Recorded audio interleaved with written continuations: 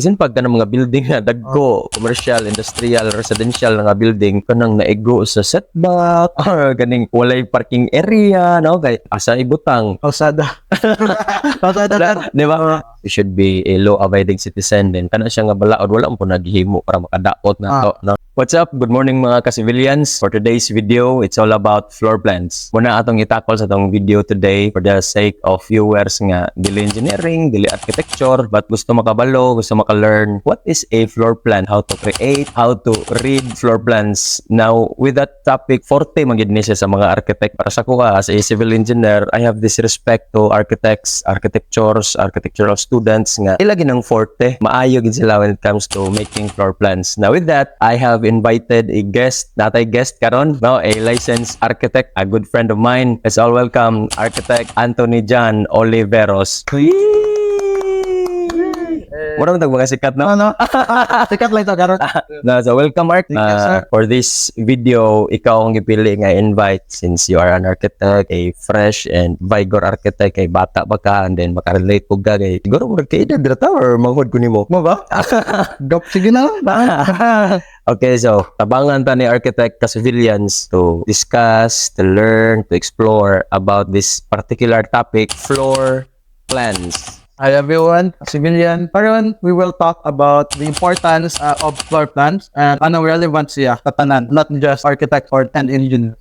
Thank you so much sa insight, Art. Now, let's go straight to the point. What is a floor plan? Sa mga architects and sa mga engineers, for sure, kabalo sila. Ano sa floor plan, di ba? Makarelate sila. Now, for the common public, di na ito ma-deny, no, nga ang katong wala sa engineering o sa architectural field, probably di sa kabalo, saan na floor plan? What is a floor plan? Pwede niyo ma-discuss, Art, kung share niyo yung knowledge kung unsa ang floor plan. Sure. Okay. A floor plan basically is a 2D drawing na naka-section cut above, which is 1.2 meter above the surface or above the floor. Kani siya nga representation para ni siya maka-identify ka o maka-recognize sa relationship sa mga spaces. Makita nimo asa dapit gibutang ang mga walls, door, ang mga windows o mga other spatial relationship. For example, kung balay, unsay relationship or asa nimo ibutang ang imong kwarto o unsay dapat itapad sa kwarto. Dapat tapad ang kwarto o ang kusina, depende pud siya sa needs sa client. Basically, floor plan is a 2D representation or 2D drawing where you can see the elements of the building in 2D. Thank you, Ark, sa imuhang discussion or pag-elaborate sa floor plan. Ang ako nasabtan nito is 2D representation sa 3D space. Yes. Na, and then it is Simplified. 1.2 meters above the floor line or the ground line. Then, muna imong makita sa floor plan. Mura din siya parallel view, no? Dili siya perspective view, dili siya isometric view, nga na mga vanishing points, something like that. Parallel view, nga nagtanaw ka sa igbaw, imong gikat ang atop sa imong balay, and then 1.2 meters gikan sa sahog, no? Mo na yung makita sa mga ka-civilian, at least natin na learn today, no? Mo na no floor plan, day. Ano floor plan? Now, Ark, makaingon di ko nga, lahi dyan ang aesthetic sa design sa mga architects ba? Ako dyan na siyang mabantayan nga, wow, nindot din mo design ng mga architect by? Lahi gid kay sila mo design ba? Now, ikaw as an architect, how would you go through that designing process nga pag-create of floor plan? Kaya actually, honestly lang ka, as a civil engineer, during my college days, isa sa akong mga struggle yun, ang ganang pag-divide sa space. I'm talking about kaning residential spaces, balay. Maglisod ko, gasan ako ibastar ang kwarto, ang CR, ang kusina, ang sala, o sa pay need sa dwellings, mupuyuan nga space. Ikaw as an architect, pwede niyo ma-share yung mga expertise. Sure. How would you go through that stage or that process sa pag-divide? So, dito siya nga question, okay, para makasabot po ng tanan ka. I know, especially if di pa kayo normalize ang pagtrabaho sa architect. So, for me, personally, as an architect, when I design, first and foremost, ang una din akong pangitaon is what do clients need or unsay need sa client? Unsay ilang kinahanglan? For example, residential, ganahan sila or nag-need sila og usa ka bedroom, nag-need sila another bedroom para silang anak, need sila sala. So, tanan, ako nang ipanglista. Then, after that, I will go through the existing site. Asa dabita ito good. By that, I can determine asa ang north. Now, manong importante man ang north kung mag-design. Both as engineers and architects or future engineers, nanong important ma-determine nato as ang north when we design. So, So for me personally, I have to find the north because when I found the north, I can determine asa moagi ang sun, ang adlaw ug ang hangin. And by that, I will consider the sunrise and sunset when I design. For example, na situation sa nga nakay-client nga call center agent. So gana siya matulog sa buntag. Kung saan mo pag-design sa balay or asa nimo i-locate ang iyang room. Siyempre, imong studyhan ang sun path. Dapat imong ibutang ang kwarto dili sa sunrise. Kaya dili man siya ganahan maigo ang iyang kwarto sa morning. So asam na siya dapit. So if the sun rises in the east, so ato ibutang iyang kwarto sa west. But if the person is a morning person, like me, I'm a morning person, ganan kong among pukaw na ko aside sa akong alarm clock or akong phone, is ang adlaw kong ganan ko makamata ko nga ang adlaw mo na nasa ako after. Okay, buntag na. Kaya night times nga matulog ko sa usa ka condo or hotel or apartment or boarding house, din ako kabantay kung buntag ba day or gabi. It's because wrong orientation sa paglocate. So when I design, I have to know asa ang north so that I can see asa mudagan ang tan. Another is ang hangin. I have to know kay ngari sa Philippines natay duha ka monsoon or dagan sa hangin which is amihan and habagat. So kung amihan, mao na siya ang cold air nya, habagat is the hot air. Moagi ang amihan nasa northeast nya, habagat nasa southwest. So kung ako mag-design kung sala og kwarto, usually kay akong ibutang din na sa north or northeast unless kung call center agent or gabi is yan natin just sa west. Now man din ako ibutang ang kwarto o ang sala sa west kay init man good. Mo gyud ang init nga lugar kung invite kang bisita. Siyempre ganahan ka comfortable ang bisita. And also when I put CR or laundry area, usually butang gyud na ako sa west kay para mauga kung ang init sa hangin o kainit sa afternoon sun based sa studies, scientific studies, and gi-explain po nila mo sa among professor pag first year is mo patay din siya bacteria. So effective din siya. So another factor is the topography. So mo na ako struggle kaya matrulat. Ang lot niya is dili jud regular jud siya. When I say topography, ang yang contour or ang dagan sa surface or sa yuta nga kung kita atong balay is patag lang, bukid man good. So I have to study that one. So when I design, before ko mag-design, naging floor plan, kailangan kay boss ako asa or unsay itsura sa existing nga yuta. Kay giatagan ko og floor plan pero dili siya feasible sa project because lahi ang topography. So naging ko patro. After that is the client's budget. Okay. Importante dyan na. Why? Because dili man tanan afford. So we have to adjust the design. So first is the client's need or the want. Second is the existing site condition, which is the sun, the air, and the topography. And the next is the client's budget. Okay. Thank you so much sa insight at no kay at least karon may baw-an na to mga ka-civilian ba nga in making floor plans, there are things to consider gyud no. Agad juga consider sun. Kato nang gi-explain ni Ark mga ka-civilian nga orientation sa adlaw. Asa man yung panggutang yung mga kwarto, mag-base ka sa orientation sa adlaw. Then katong gisgutan ni Ark now nga the monsoons, ang bugnaw nga hangin o ang init nga hangin. Kaya actually na ko yung mga nakita ko na nga mga vlogs with Ark, especially sa mga architectural nga gina-consider gina nila when making designs nga kung asa man mo pass through ang bugnaw nga hangin, asa man pud mo pass through ang init nga hangin, and then from that maplanuhan nimo, ma-designan nimo nga dili na ko ibutang ang kanisya nga space, dili na ko ibutang ang kanisya nga space because naay mo pass through diha nga sunlight, naay mo pass through diha nga bugnaw or init nga hangin. Now with that, bitaw mga ka-civilian, namguning thinking bitaw Ark sa din sa to ang area nga kung magtukod og balay nga di na ta makinahanglan architect or di na ta makinahanglan og civil engineer kay siyempre katong gingon mo client's budget mahal pero unsay take nimo Ark? Salamat kayo sir kay para nako important siya nga question. But personally man god, I understand kay nagdako gid ko mapobrate. Nagdako I understand appeal. Yeah, just nagdako gid ko sariling sikap. I understand the situation or kanang mga nga concern, especially Filipinos. Kay kami, nagtukon mig balay, yun nga. Actually nami architect, but wala na naka-supervise kaya din na mo afford. O wala mi naka-hire o civil engineer para mo check kung ligon bang balay. So naitabo ron sa akong balay is, naguba dyan siya.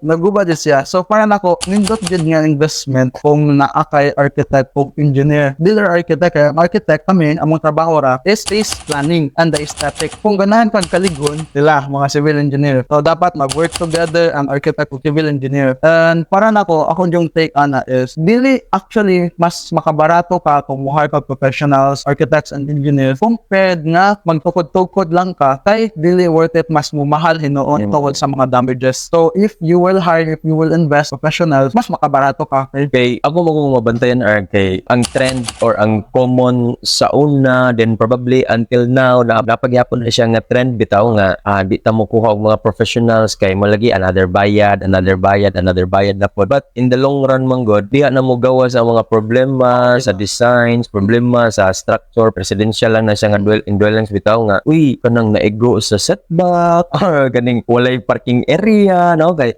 siyempre wala man ni hire og expert or kabalo sa kanang nga field kay mo lagi nang naglikay sa bayad, and then in the long run di ay mas nigasto siya dili na Sir, man na sa mong balay. di ba no? Wala, man ni civil engineer og kuan.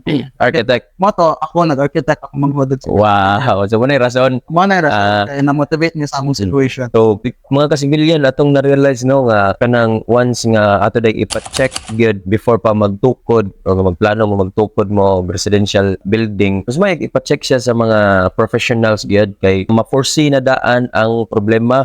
Kay bisag ako arg na kung mga anak kliyente o nanay mga tukod nga balay bitaw, pero ang problema kay sa dapit ang parking. Space. The spaces, and then it should be reflected in the floor plan maya spaces. Then dapat mo pasar na siya sa atong building code. Oh, yes. No, it should be passed sa building code kasi siyempre di po ka-releasean og building permit Kung di mo pasar. which is another topic naman po ng building permit, di ba? Then karon focus na sa floor plan. Pakita mo ng spaces do bisan ang kanang kadako sa kwarto Oh. I think ay standard na, di ba? Standard habitable space is 6 square meters. Habitable na siya. Kung mulas ka na, big jud na. I think habitable space is 6 square meters, but the minimum dimension of ang sa isa ka dimension is 2 meters, 2 di ba? meters. So that means 2 by 3. Yeah, to buy.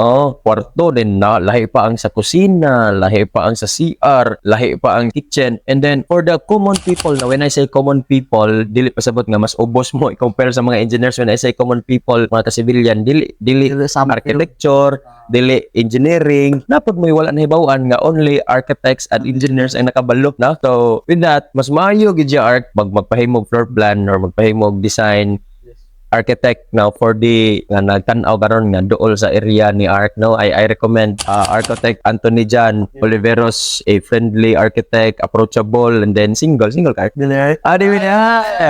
Edit out no. So I recommend daw si kasama na. approachable man.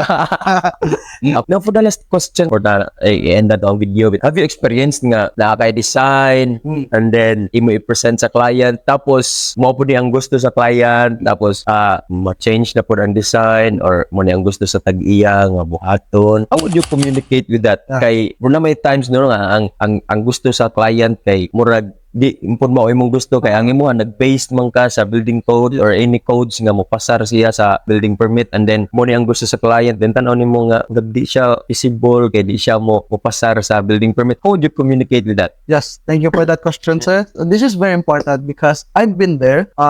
Bisag katong junior architect pa dakan din kong experiences nga natuman ako ang gusto sa client. However, when it comes to designing manggod, akong giingon is ang akong consider sa design process is space relationship, then site conditions with it, ang air, ang sun, and the topography, and then the budget. The other one is also the building code. So, mo din lang i-consider kay gihimo ang building code para po sa atong safety. Yes. So, kailangan ang architect, engineers, and also the client should follow. So, kana siya, i-check na to. For example, ang lote is 16 square meter. Muhatag concept back na kung residential at least 3 or 5 meters from the road. This is important nga kailangan nimo sundot kay in case mag road widening or napay other reason, at least dili tibok nimong lote maguba. So, kailangan din na siya i-follow. And how do I deal with that? Kung ang client di kasabot, first, dyan na kong iingon is, hatagan ako siya o group na nasa sa building code. Mm. Nahinayon akong storya. And then once okay namin sa client, nga rin ako sa contractor.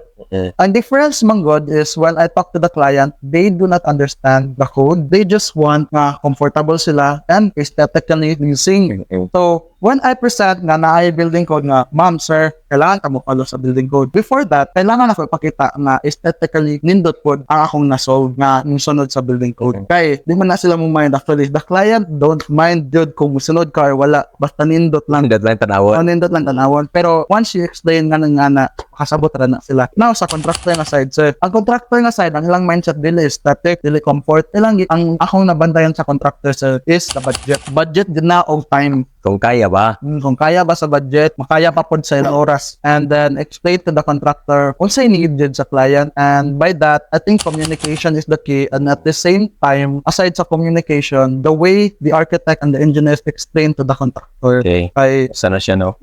Relationship. relationship. At the same time, responsibility sa professionals or both architects and engineers how to communicate or let the contractors and the client understand. Okay. So, learn na ko art sa mo ang giingon bitaw karon in dealing in that kind of situation nga na ay gusto ang client niya, then pag-abot sa imong design kay mo sumpaki siya tungod kay ikaw nag-follow pug ka sa building code. Now sa mga civilians sa diha nga mga bag-o bitaw engineers and then ka-practice of sa inaning nga field sa giingon pa ni Art nga through education, no? Educate ang client, pasabton lang, and then i-maintain pod ang relationship, maayo nga relationship nimo og ang sa imong client nga hindi po siya heartful, no?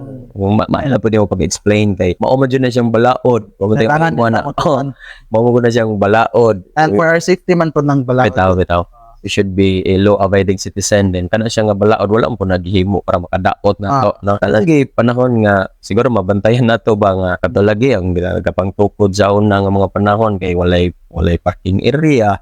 So muna karon nga nakapalit og sakyanan after pila ka years, nakapalit man sad sakyanan, so nasenso ang kinabuhi, nakanalanginan, nakapalit og sakyanan, then asa ibutang Kalsada. di ba? Munay common siguro nato nga mabantayan. Now with that, in relation sa tong topic mga ka-civilian, it all start with a good and right floor plan gid. Di agad mag-start ng tanan, di man jud. Isin pag kanang mga building na dagko, commercial, industrial, residential nga building, it all start with a humble and correct nga floor plan gyud. Di na gyud sugod. Art, thank you sa insights nga na learn na to. Again, I would recommend Architect Anthony Jan, a good friend of mine, sa kanang ganahan nga magpa-design, ganahan nga magplano. Pwede siya niyo makontak. Ako lang ibutang na ko yung Facebook account, Instagram account din na sa description. Pwede niyo siya makontak for your drawing needs, structural needs, or mga design needs. Architect Anthony Jan. Thank you so much, Art, for the time and for the day. Thank you so much sa inyong pagtanaw, mga ka-civilians. Have a good day and enjoy, everyone.